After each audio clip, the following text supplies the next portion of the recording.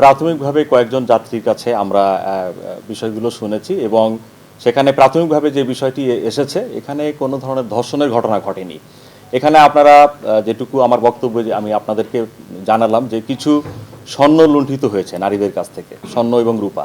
এই লুণ্ঠন করার সময়ে এই দুষ্কৃতকারী এই ডাকাত দলের আপনারা বুঝেন যে নাকে নাকফুল অথবা কানের দুল এইগুলো যখন নিচ্ছিল তখন হয়তো তাদের সাথে হয়তো টাচে গিয়েছে এবং একটা পর্যায়ে হয়তো তাদের সাথে গিয়ে এই কাজগুলো করতে হয়েছে, সেটুকু আমরা জানতে পেরেছি প্রাথমিকভাবে।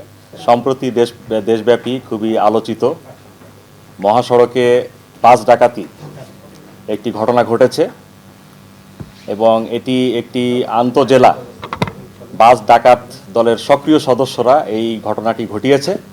তো ঘটনাটি জানার পরপরই টাঙ্গাইল জেলার পুলিশ সুপার হিসাবে আমি এই ঘটনার প্রকৃত রহস্য উদ্ঘাটনে আমি আমার যারা দায়িত্বপ্রাপ্ত অফিসার এবং আমাদের যে গোয়েন্দা টিম আছে সেই গোয়েন্দা টিমকে নিয়ে আমি আমার কার্যক্রম শুরু করি এবং এই আন্তজেলার যে বিভিন্ন তথ্যগুলা থেকে এবং আমরা যে এই যাত্রী যে বাসটা আপনারা জানেন যে ইতোমধ্যে আপনারা শুনেছেন যে গাবতলীতে থাকা আমাদের যে বাসটি ছিল, বাসটা ইউনিক রোড রয়্যালস, এই বাসটাতেই যাত্রী 30 থেকে 35 জন যাত্রী নিয়ে বাসটি গাবতলী থেকে রওনা হয়।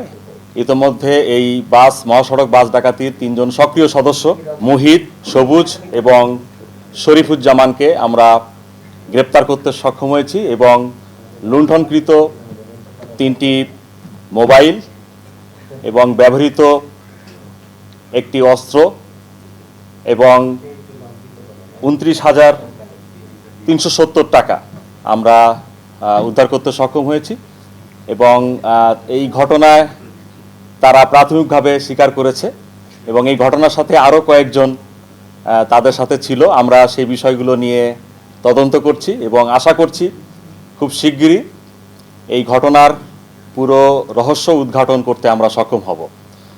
তো আপনারা জানেন যে আলোচিত এই বাস ডাকাতি মামলার একটি অংশ ছিল যে নারীদেরকে ধর্ষণ বা শ্লীলতাহানির এরকম একটি বিষয় এখানে এসেছে। তো আমরা এখানে নারী যাত্রীদের সাথে কথা বলেছি এবং যারা যাত্রী ছিল তাদের সাথেও কথা বলেছি।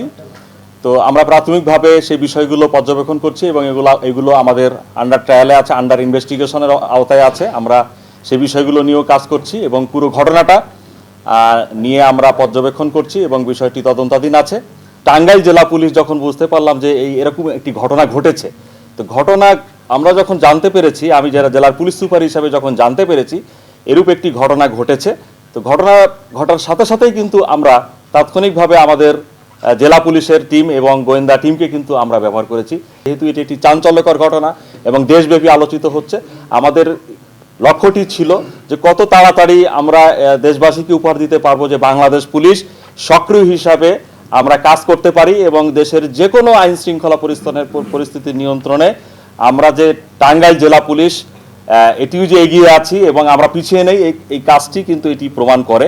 3 জনকেই আমরা সাভার এলাকা থেকে গ্রেপ্তার করতে সক্ষম হয়েছি। হ্যাঁ, এর ভিতরে আপনারা মুহিতের বাড়ি, তার বাড়ি হলো মানিকগঞ্জে, সবুজ তার বাড়ি শরীয়তপুরে এবং শরীফুজ্জামান তার বাড়ি ঢাকার সাভারে।